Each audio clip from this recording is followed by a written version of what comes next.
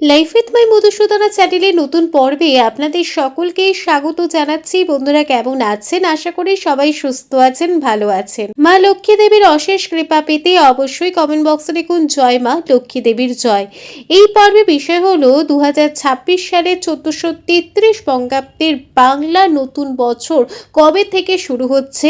বাংলা নতুন বছর শুরুর দিন লক্ষ্মী গণেশ পূজা ও হালখাতা পূজা করার বিশেষ সময়। এর পাশাপাশি আমরা জানবো বাংলার নতুন বছরের প্রথম দিন এই কাজগুলি করলে সারা বছরের জন্য মা লক্ষ্মীকে আপনার গৃহে রাখতে পারবেন। কি কি কাজ করতে হবে বাংলার নতুন বছর অর্থাৎ পয়লা বৈশাখের দিনে জানবো এই ভিডিওর মাধ্যমে। ভিডিওতে যাওয়ার আগে লাইফ উইথ মাই মধুসূদনা চ্যানেলকে সাবস্ক্রাইব করুন, লাইক কমেন্ট শেয়ার করুন, ধার্মিক হয়ে নোটিফিকেশন ঘন্টাটা বাজিয়ে দিন। বাঙালির 12 মাসের 13 পার্বণ, তার মধ্যে গুরুত্বপূর্ণ একটি উৎসব হলো বাংলার নতুন বছর অর্থাৎ নববর্ষ। তাই বছরের প্রথম দিনটি বিশেষভাবে উদযাপন করেন সকল বাঙালিরা। যে অঞ্চলগুলিতে সৌর বর্ষপঞ্জি অনুসরণ করে বৈশাখ মাসকে সেইখানে বছরের প্রথম মাস হিসেবে বিবেচনা করা হয়, সেই জায়গাগুলিতে তাদের নতুন বছরটি এই মাসের প্রথম দিন অর্থাৎ পয়লা বৈশাখ উদযাপিত হয়।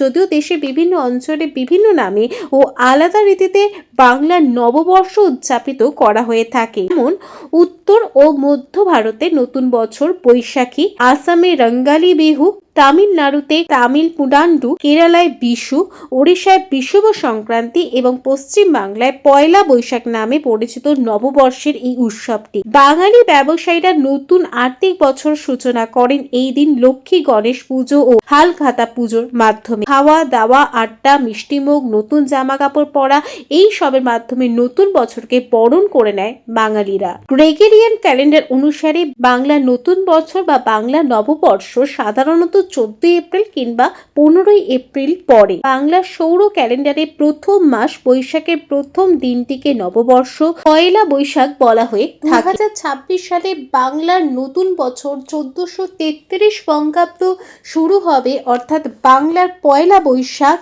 15 এপ্রিল 2026 বৃহস্পতিবার। নতুন বছর অর্থাৎ 1433 বঙ্গাব্দে রবি রাজা, বুধ মন্ত্রী, শনি জলাধিপতি ও মঙ্গল শস্যাধিপতি। 15 এপ্রিল 2026 বুধবার নববর্ষ আরম্ভ, নতুন খাতা পূজা, হাল খাতা মহরত, বাংলা 1433 সাল আরম্ভ। 1433 বঙ্গাব্দের বাংলা নতুন বছর অর্থাৎ পয়লা বৈশাখের দিন লক্ষ্মী গণেশ পূজা ও হালখাতা পূজা করার সব থেকে বিশেষ সময় থাকতে চলেছে সকাল 6টা 47 মিনিটের পর থেকে সকাল 9টা 23 মিনিটের মধ্যে, আবার সকাল 11টা 7 মিনিটের পর থেকে দুপুর 3টে 27 মিনিট পর্যন্ত। 1433 বঙ্গাব্দের বাংলার নতুন বছরে পয়লা বৈশাখের দিন বাড়িতে করুন এই ছোট্ট ছোট্ট কাজগুলি।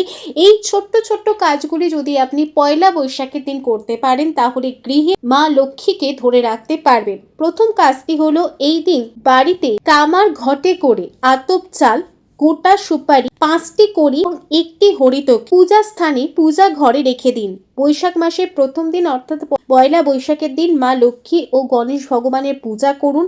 পূজা সমাপ্ত হলে যে তামার ঘটে আপনি চালটি রেখেছেন সেই ঘরটিকে একটি লাল কাপড় দিয়ে বেঁধে বাড়িতে যেখানে টাকা পয়সা রাখেন অর্থাৎ লকারে বা আলমারিতে এই জিনিসটিকে রেখে দিতে হবে সারা বছরের জন্য। এই জিনিসটি সারা বছরের জন্য সুরক্ষিত রাখতে হবে। এমনটি করলে মা লক্ষ্মী দেবীর কৃপা কখনোই আপনার গৃহ থেকে কমবে না। মা লক্ষ্মীর কৃপা সারা বছর আপনি পেতে থাকবেন। পয়লা বৈশাখের দিন বাড়িতে লক্ষ্মী গণেশ পূজা করতেই হবে। বাড়িতে এই দিন আলপনা দিতে হবে, সদর দরজায় আলপনা দিতে হবে, সদর দরজায় আম পাতা ও কদম ফুল অবশ্যই টাঙাতে হবে। 5টি কিংবা 7টি আম পাতা নিতে হবে। সেই আম পাতাগুলিকে গঙ্গা জল দিয়ে ধুয়ে আম পাতার গায়ে হলুদ ও লাল সিঁদুরে ফোঁটা করতে হবে। এই আম পাতাগুলিকে লাল সুতো দিয়ে বেঁধে আপনার বাড়ির সদর দরজায় টাঙিয়ে দিতে হবে। এরপর বাড়ির সদর দরজা ভালো করে পরিষ্কার করে নেওয়ার পর আলপনা দিতে হবে। বাড়ির ঠাকুর ঘরে এই দিন আলপনা দিতে হবে। এরপর লক্ষ্মী গণেশের পূজা করতে হবে, সমস্ত দেব ও দেবীর পূজা করতে হবে। এরপর এই দিন অবশ্যই ঘট স্থাপন করতে হবে। যে স্থানে আপনি ঘট স্থাপন করবেন, ঠাকুর ঘরে যে স্থানে আপনি ঘট স্থাপন করেন সেই স্থানে সামান্য মাটি ঢেলা রাখতে হবে। সেই মাটির ঢেলায় কয়েকটি ধান পুঁতে দিতে হবে। এরপর মঙ্গল ঘট স্থাপন করতে হবে। মঙ্গল ঘট স্থাপন করে এই দিন পূজা করুন মা লক্ষ্মী ভগবান গণেশকে। এই দিনে 5টি লক্ষ্মী কড়ি অর্থাৎ সাদা যে কড়ি হয় এই সাদা কড়ি 5টি নিয়ে আসতে হবে।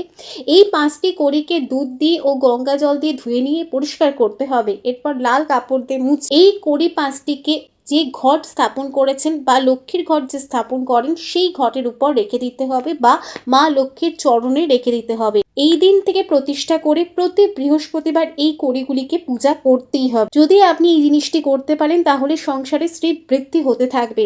নববর্ষের দিন সন্ধ্যার সময় বাড়ি অন্ধকার করে রাখবেন না। সন্ধ্যার সময় বাড়িতে ঘিয়ের প্রদীপ অবশ্যই জ্বালাবেন। এই দিন বাড়িতে ধুনো দিতে হবে। ধুনো জেলে এই ধুনোর মধ্যে 7টি তেজপাতা, 7টি লবঙ্গ এবং কিছুটা কর্পূর জ্বালিয়ে এই ধুনোর ধোঁয়া পুরো বাড়িতে করতে হবে। এমনটি করলে সমস্ত রকম নেতিবাচক শক্তি দূরে যাবে, ইতিবাচক শক্তি প্রবেশ ঘটবে। আপনি যদি চান এই দিন ধনকুবের মূর্তি, কুবের যন্ত্র স্থাপন করতে পারেন পয়লা বৈশাখের দিন।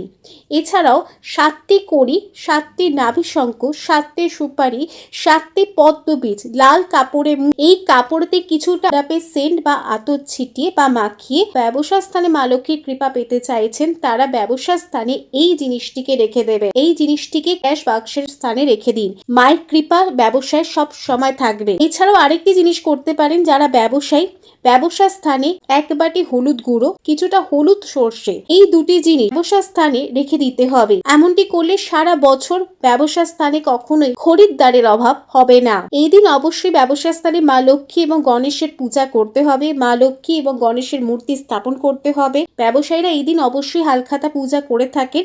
হালখাতা পূজার সময় প্রথমে সিঁদুর ও হলুদ দিয়ে হালখাতার প্রথম পৃষ্ঠায় একটি স্বস্তিকা চিহ্ন আঁকতে হবে। এই স্বস্তিকা চিহ্নের নিচে 3টি কিংবা 5টি কয়েনের ছাপ তুলতে হবে। এরপর লাল কালি দিয়ে শ্রী গণেশায় নমঃ এই মন্ত্রটি লিখতে হবে। এরপর দূর্বা চাল, লাল ফুল দিয়ে হালখাতার পূজা করতে হবে। এমনটি করলে কখনোই ব্যবসায় অভাব অনটন আসবে না। এই দিন মাতা লক্ষ্মীকে এবং ভগবান শ্রী গণেশ, মাতা লক্ষ্মীকে সাদা মিষ্টির ভোগ অর্পণ করুন এবং ভগবান গণেশকে হলুদ লাড্ডুর ভোগ অর্পণ করুন। পূজা শেষে কোনো ব্রাহ্মণকে দক্ষিণা অবশ্যই দিন এবং তার কাছ থেকে আশীর্বাদ নিন। এমনটি করলে সারা বছর আপনার ভালো যাবে। লাইফ উইথ মাই মধুসূদনা চ্যানেলের সঙ্গে থাকার জন্য অনেক অনেক ধন্যবাদ।